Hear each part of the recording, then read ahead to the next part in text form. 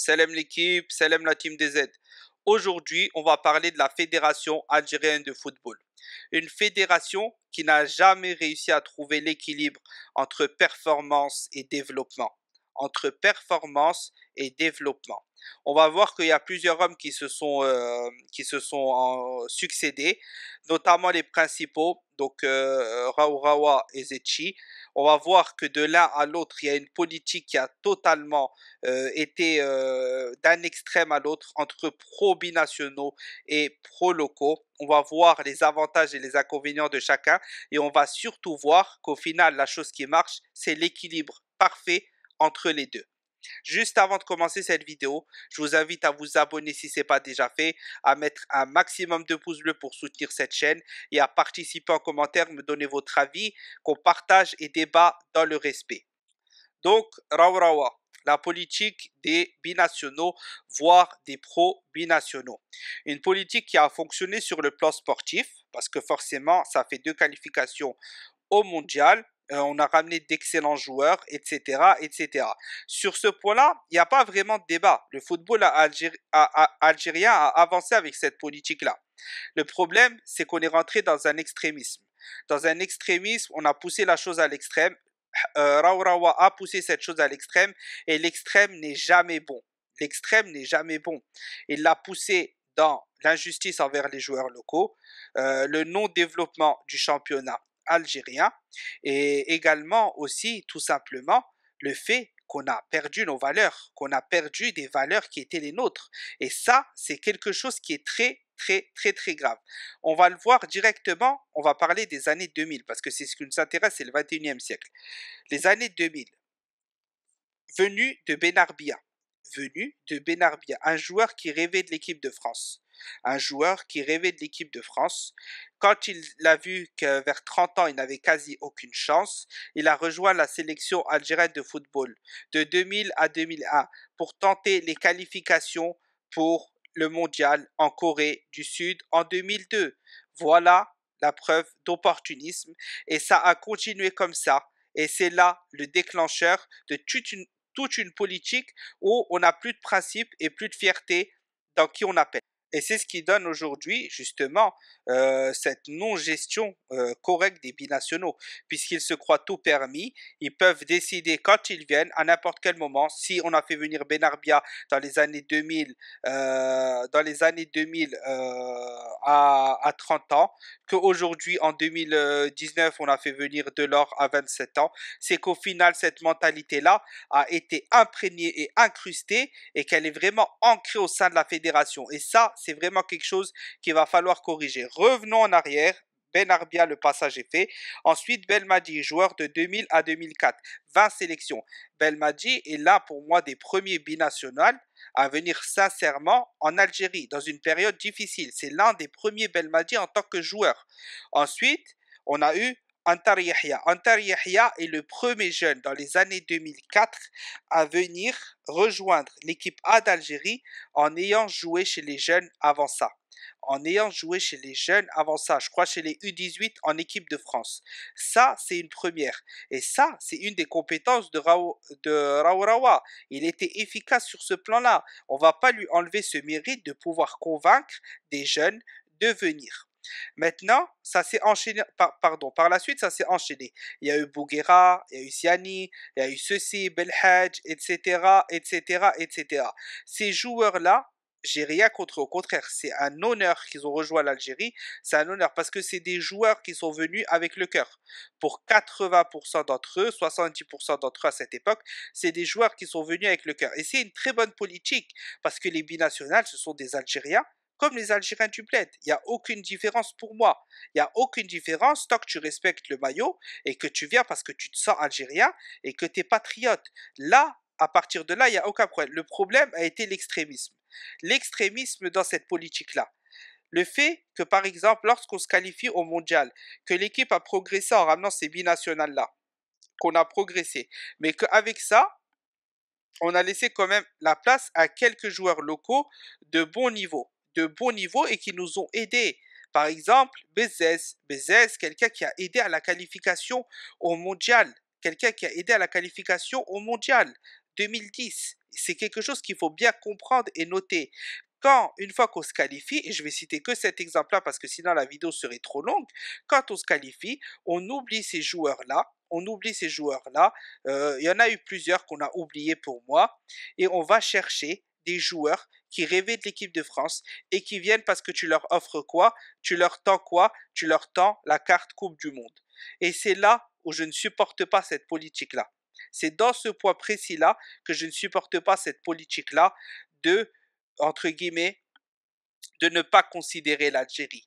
De ne pas considérer l'Algérie. La recherche du score, la recherche du sport avant tout, avant la fierté. Pour moi, ça, c'est quelque chose qui est inadmissible. Je préfère perdre dans l'honneur que perdre, que gagner dans la bassesse et le manque de fierté. Il n'y a aucun mérite à ça. Donc, cette politique-là, elle était très bonne au départ, mais elle a tout de suite mal commencé. Avec le cas Ben Arbia, elle a tout de suite mal commencé. Ça ne pouvait que mal finir. Et ça s'est aggravé ensuite. Ça s'est aggravé de la période 2010 où on allait en Coupe du Monde, on n'a rien fait, on a fait une belle prestation face à l'Angleterre. Ça s'est aggravé ensuite avec justement le cas 2013-2014 où on a fait venir des joueurs contre des chèques. On a fait venir des joueurs contre des chèques, contre des contrats de sponsors. Et ça, c'est pas moi qui le dis. Ça, c'est Fegouli lui-même qui l'a dit en conférence. Ça, c'est Fegouli lui-même qui l'a dit en conférence et qui l'avait dénoncé quand il y a eu la crise de 2007 où les joueurs ne se sentaient plus. Mais quand tu donnes tout à des joueurs, quand tu mets des joueurs au-dessus du drapeau, quand tu mets des joueurs au-dessus du pays, au-dessus des supporters, au-dessus de la sélection, tu ne peux que t'attendre à ça. Tu peux que t'attendre à des joueurs ingrats qui, quand ils ont obtenu ce qu'ils veulent, tournent le dos à la sélection ou ne viennent plus ou ne se donnent plus à fond parce qu'ils ont trop mangé. Alhamdoulilah, ça y est, on a chber, entre guillemets. Maintenant, on fait ce qu'on veut. On est des sénateurs et ceci et cela. Là a été l'échec. L'échec de cette politique sur le plan caractériel, sur le plan culturel. Je dis bien sur le plan culturel. Parce que malgré tout, on ne peut pas enlever que ce travail de 2000 à 2009 a conduit à une CAN en 2010 et que ce travail de 2010 à 2013 a conduit à la Coupe du Monde 2014. Il y a eu un petit changement en 2014 où Vaïd, par son caractère, et parce que c'est pas le choix de Raourawa, ça c'est quelque chose qu'il faut bien comprendre. Vaïd, par son caractère, a réussi à imposer des joueurs locaux. Belkalem, Slimani, Soudani, Djabou réclamé par le peuple. Vaïd ne le voulait pas absolument, réclamé par le peuple. Mais ça, Vaïd ne le voulait pas à cause du manque de talent. Il ne le voulait pas parce que Vaïd est quelqu'un de très exigeant physiquement. Vaïd a tellement de caractère qu'il peut imposer des joueurs locaux. Mais attention, attention, il était quand même sous contrainte. Il était quand même sous contrainte. Il y a des joueurs qui étaient imposés et qui venaient se plaindre à Raourawa pour jouer plus et ne pas perdre leur place, parce qu'ils avaient signé des contrats, des ceci, reçu des chèques, reçu des garanties, etc., etc. Voilà, en résumé, la politique de Raourawa, qui, en parallèle, pendant tout ce temps, n'a rien développé en Algérie, ni formation, ni championnat local, etc. Et qu'est-ce que ça amène?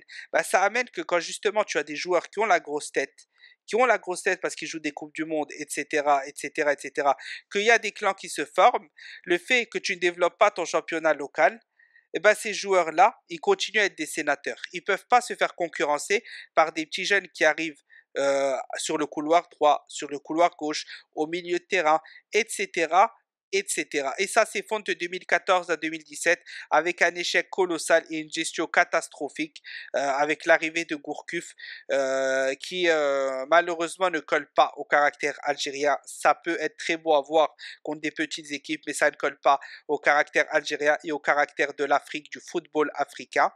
Et bien évidemment, tout s'effondre avec ensuite des joueurs comme Roulam qui parlent, entre guillemets, j'ai été déçu des supporters, etc.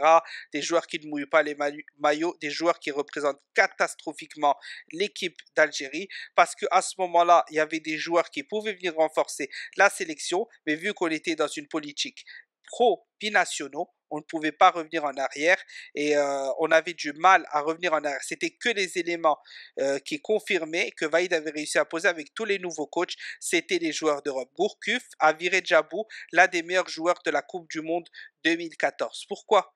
Pourquoi? Pour placer Brahimi en neuf et le faire jouer à tous les matchs, peu importe ce qu'il fait. Alors Brahimi avait porté l'équipe à ce moment-là, mais on voyait que la politique, c'était catastrophique. C'était du pro-binationaux à tout va avec Gourcuff. Et ça a continué, ça a continué, ça a continué. Voilà les limites, en plus de ne rien développer dans le football local, en plus d'avoir aucune vision et aucune considération pour les joueurs locaux, eh ben, ça provoque tout ce que ça provoque là, et ça mène au final à un échec et à une stagnation parce que tu dépends toujours de la France, tu dépends toujours de l'étranger, tu n'arrives pas à avancer tout seul, tu as besoin de la France, tu as besoin de tel ou tel pays, surtout la France parce qu'on est beaucoup en France, les Algériens, les immigrés, etc. Mais voilà ce que ça donne. Au final, le football, le championnat local n'a pas évolué en 17 ans avec Rawa. Il n'a pas évolué. Il n'a rien fait dans le championnat local, quasi rien fait, des miettes et de la poudre aux yeux. Voilà tout.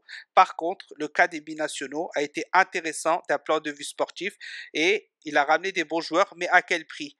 À quel prix? On l'a déjà évoqué. Manque de fierté, injustice, non-respect du drapeau, etc., etc. Parlons maintenant de Zetchi. Arrivé en mars 2017, donc au sein de la Fédération algérienne de football comme président pour succéder à Raourawa, il est venu avec une autre vision totalement contraire à l'ancien président. Il est venu pour réguler l'identité de jeu à l'algérienne. Il est venu pour travailler et renforcer le championnat local, considérer un peu plus les locaux, etc. Parce que aussi pour lui, il faut dire que c'est tout bénef. C'est tout bénef. C'est le pionnier des formateurs en Algérie, des centres de formation en Algérie, un centre de formation qui réussit, qui est maintenant une marque en Europe, le Paradou.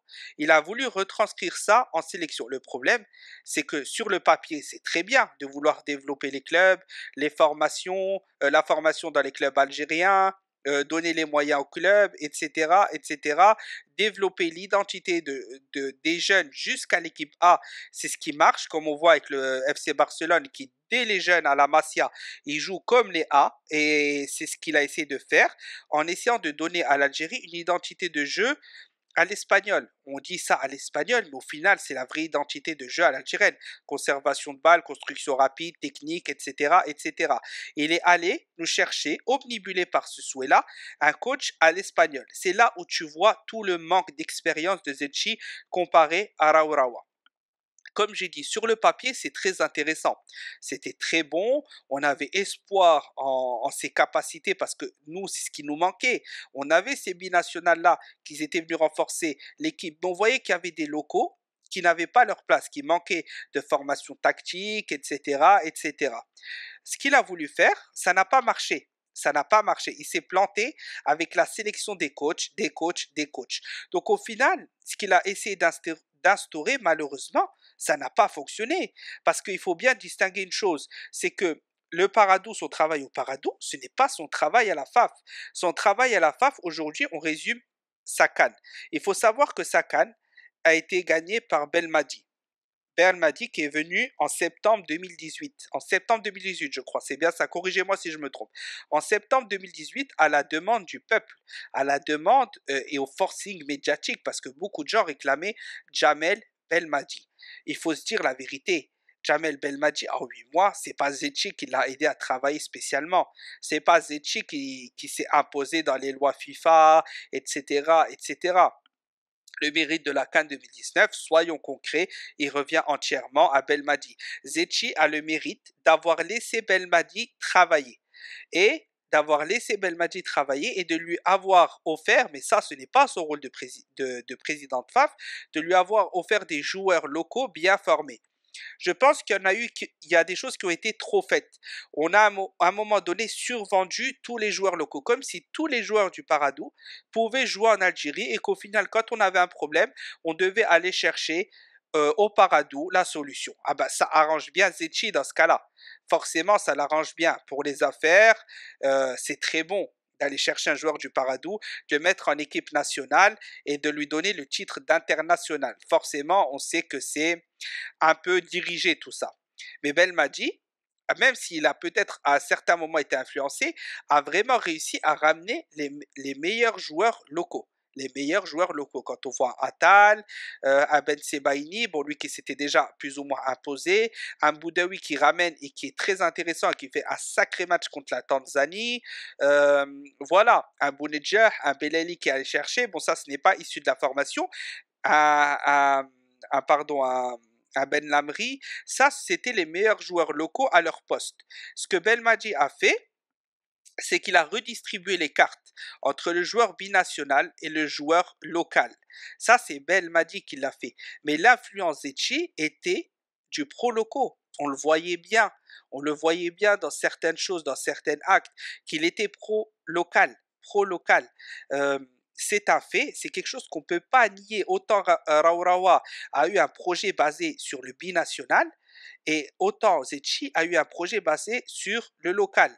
Maintenant, on a vu que à la CAN 2019, on l'a gagné avec, récapitulons, Atal, je compte, Ben Sebaini, Ben Lamri, Bounedjah, Belaili. 5 joueurs sur 11, sans compter le gardien, donc la moitié des joueurs étaient issus du championnat local. Les 5 autres sont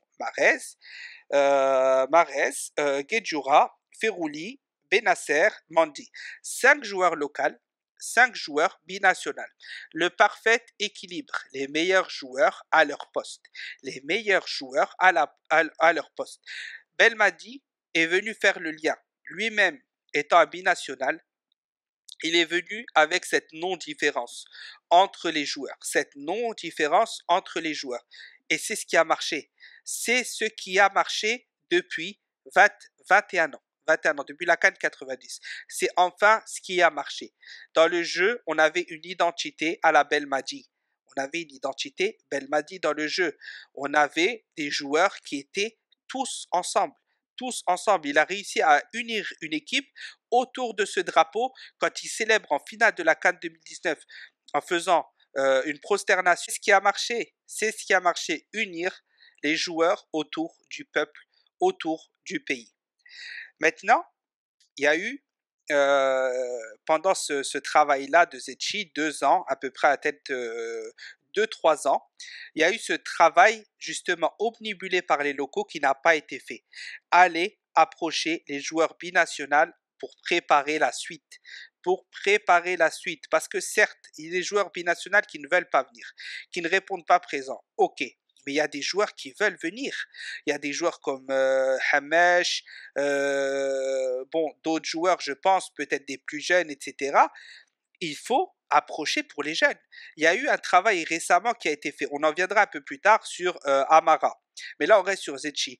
Pendant tout ce temps-là, malheureusement, les binationaux ont été mis de côté. Belmadi a réussi à faire le travail avec les binationaux déjà présents.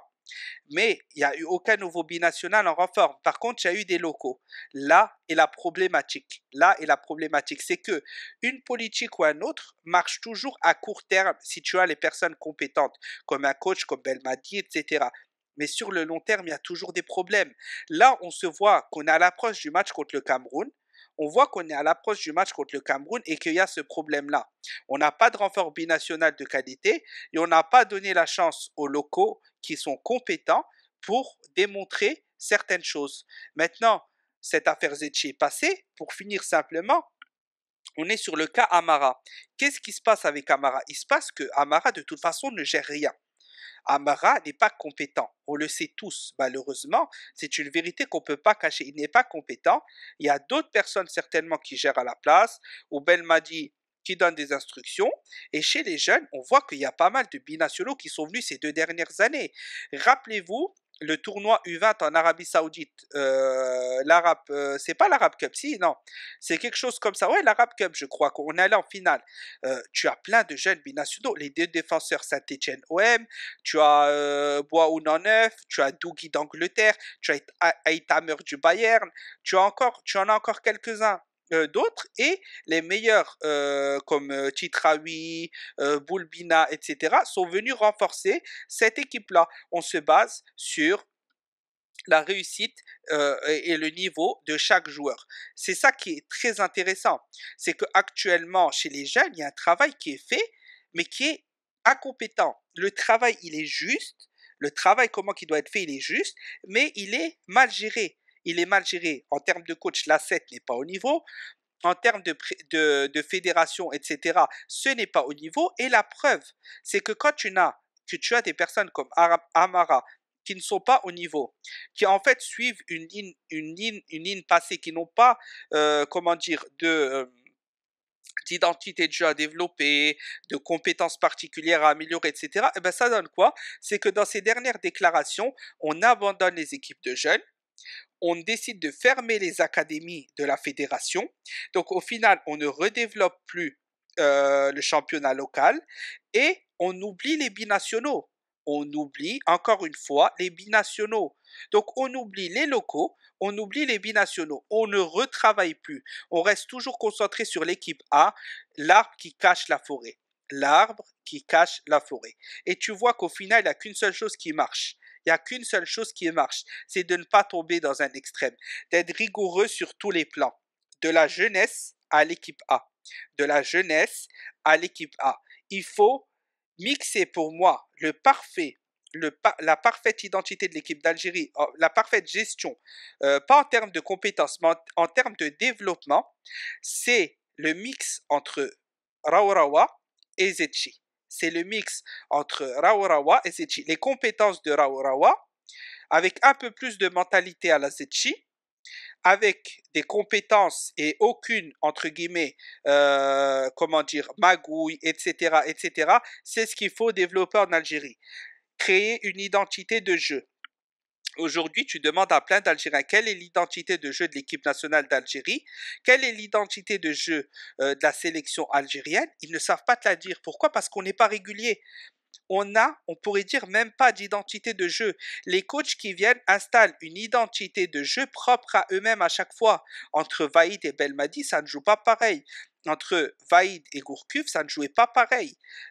Normalement, c'est pas ça. On a notre propre identité de jeu. Regardez la Coupe du Monde 82. Normalement, ça, c'est notre identité de jeu. Normalement, c'est notre identité de jeu. Quelque chose qui se rapproche d'un tiki-taka et qui ne doit pas être entièrement un tiki-taka, puisqu'on joue aussi en Afrique et que le tiki-taka à 100% ne fonctionnera jamais en Afrique pour gagner des titres sur le long terme. Sur le long terme, ça ne fonctionnera pas. Donc, il faut repartir sur quelqu'un de compétent qui va structurer tout ça. Identité de jeu, donc développement de cette identité de jeu à partir des catégories de jeunes. C'est pour ça qu'il nous faut un DTN très très compétent qui colle à l'identité justement qu'on a évoqué précédemment. On voit qu'actuellement on est sans DTN et ce pour un mois. On voit déjà donc la faiblesse de niveau et l'importance que donne la fédération justement à ce développement-là. Il faut installer des coachs, notamment le coach principal des A, qui doit être en contact avec chaque catégorie de jeunes parce que les catégories de jeunes, ça reste l'antichambre de l'équipe A. Et donc, par exemple, placer les meilleurs binationaux compétents, voire étrangers. Certains étrangers peuvent faire le travail excellemment bien, comme on a pu le voir avec Schurman en 2015, où il y a eu des très bons résultats, finaliste de la CAN U23, JO 2016, etc., etc. On peut placer des joueurs, des entraîneurs comme Bouguera, qui a fait quand même malgré tout ses preuves en Coupe arabe, au moins pour les catégories jeunes. On peut placer des Madoui, qui a gagné la Ligue des champions africaine et qui développe un jeu plaisant et qui développait un jeu plaisant avec le SCTIF et qui a une petite réputation en Algérie et un peu ailleurs en Afrique. Voilà le type de profil qu'il faut placer. Tout ceci en correspondance avec un sélectionneur des A, comme j'ai dit, qui a une mentalité à l'algérienne, qui veut développer ce type de jeu-là, notamment un Belmadi qui collerait très bien sur le long terme s'il décidait justement de pratiquer un football de long terme. Et lui, il est là pour des objectifs limités, courts, et il essaye d'atteindre ces objectifs limités, courts, en ne pensant pas à l'avenir. D'où tous les problèmes qu'on rencontre actuellement. Donc voilà, ça c'était un peu le sujet principal. On a parlé de la fédération, de l'alliance entre les locaux, les binationaux. Donc ça nécessite un développement à l'étranger au niveau des cellules de recrutement pour aller suivre les binationaux, voir leurs matchs, ceux qui peuvent être intéressants dès le plus jeune âge, les intégrer dans les équipes de jeunes comme c'est fait actuellement, mais d'une manière bien plus professionnelle et leur faciliter aussi l'adhésion en A dès qu'ils ont le niveau. Il faut arrêter de prendre les joueurs binationaux seulement en A. On l'a déjà fait par le passé avec certains comme Belkebla qui venait chez les jeunes, on a Mediabate qui est venu chez les jeunes, on a Kebal qui n'a pas hésité à venir chez les jeunes, etc. etc. Donc maintenant, ce qu'il faut, et pour conclure, c'est structurer tout ça. Donc de 2020 à 2030, il faut prendre exemple du meilleur qui a été fait entre les années 2000 et 2020 et rejeter tout ce qui a mal été fait de 2000 à 2020 en ayant des compétences à la Raurawa et un projet à la Zetchi.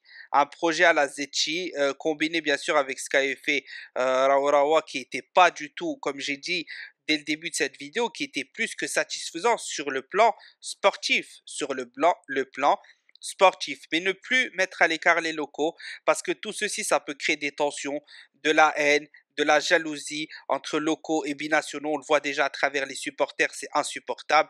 On peut le voir à travers les joueurs à certains moments. C'est aussi insupportable, même si c'est assez bien caché, mais on sait ce qu'il en est derrière et on peut le voir dans la gestion tout simplement. Entre, comme j'ai dit, Araurawa et Azechi. Amaran, n'en parlons pas, c'est vraiment pour l'instant quelqu'un qui, pour moi, n'a aucune compétence. C'est un peu un pantin avec tout le respect quand même qu'on lui doit, mais vraiment, on voit qu'il n'y a rien. En fait, il fait ce qu'on lui dit de faire. Les choses prennent leur cours normalement. Belmadi fait ce qu'il a à faire au niveau des A. Les jeunes, c'est géré par quelqu'un d'autre. Voilà, il est là pour voyager, etc. Donc, on espère maintenant que après ces barrages, voire après le mondial, mais si possible après le barrage, qu'on restructure cette fédération, il faut que ça intervienne au plus haut niveau de l'État, au plus haut niveau des sphères de l'État, pour pouvoir mettre quelqu'un en place de sérieux. Pour aider cette équipe d'Algérie à rayonner en Coupe du Monde, on a besoin d'un changement conséquent et colossal. On a vu qu'on a Zefizev qui est arrivé pour gérer tout ça, les déplacements, etc. etc. C'est très bien, c'est quelqu'un de compétent. Il nous faut des gens comme lui à tous les niveaux. J'espère que cette vidéo vous aura plu. J'ai certainement oublié des choses parce que les vidéos je les prépare pas en fait spécialement. J'ai pas de notes devant moi sur ce que je dois dire, pas dire. Donc forcément j'ai oublié des choses. Je vous invite à les préciser en commentaire si vous avez des choses à rajouter. C'était une vidéo un peu plus longue que d'habitude, mais que j'estime être nécessaire pour en parler correctement. On pourrait faire une vidéo un peu plus longue sur le sujet, mais je pense que c'est pas utile. Ça, c'est très bien comme ça. Tout est plus ou moins dit. N'hésitez pas à donner votre avis, à débattre. Maximum de pouces bleus, maximum de commentaires. Et one, two, three, vive l'Algérie.